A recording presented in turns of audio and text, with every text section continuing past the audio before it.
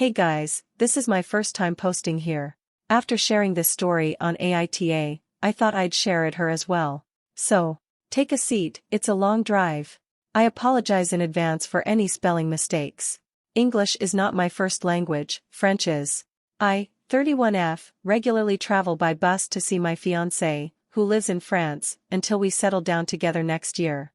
The problem is that I have a few psychological disorders that can complicate things, including schizophrenia, Tourette's and social phobias, including a phobia of babies. So I never travel without my medication, a headset that insulates me from ambient noise, and a little stuffed animal. A little fox that helps me stay calm and manage my various crises, named Baiduil.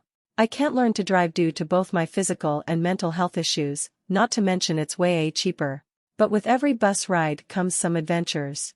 Saturday was the day I'm going home with an 8-hour bus journey from Paris to Belgium ahead of me. I have everything I need. No big deal, I can do it. I thought. The problem for me is the presence of a toddler with her mother. A child's screams and cries are very hard for me to bear, but I thought the bab was just plain bored because she didn't have anything with her. No toys, no plushies, her mother was constantly on the phone. For a baby, it's a long time in her seat with nothing to do. So I just turned the volume up a little, being 3 rows behind the mother and her daughter, who is getting more and more agitated and is now screaming. From what I heard from other passengers, her diaper was full and her mother couldn't change it, even though the driver has assured her that if need be, he'll stop at the nearest freeway service area to allow the mother to give her daughter the necessary care.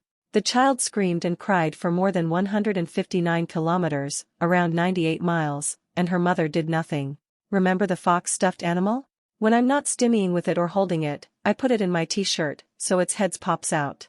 I took it with me to the bus toilet, not the most hygienic thing to do, I agree, but I needed it to not have a breakdown because of my anxiety, keep her in my t-shirt, and then put her on my belt until I'm back at my seat, walking past the mother and her screaming child, who started yelling as if she broke a bone or something.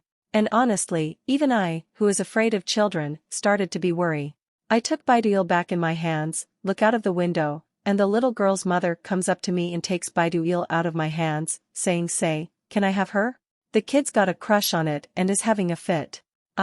What? No? I answer the mother politely, and asked her if she'd be willing to give up her child's stuffed toy to calm someone else's tantrum or even tears. She says, no, of course not. But she wants it and she's not going to stop crying until she gets it. It's okay, you can buy another one.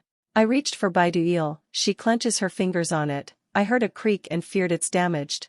Rising in anger and anxiety, I get up from my seat, telling her that if she wasn't capable of handling an 8-hour journey with her toddler on a bus, she should think again, reminding her of what the driver had said.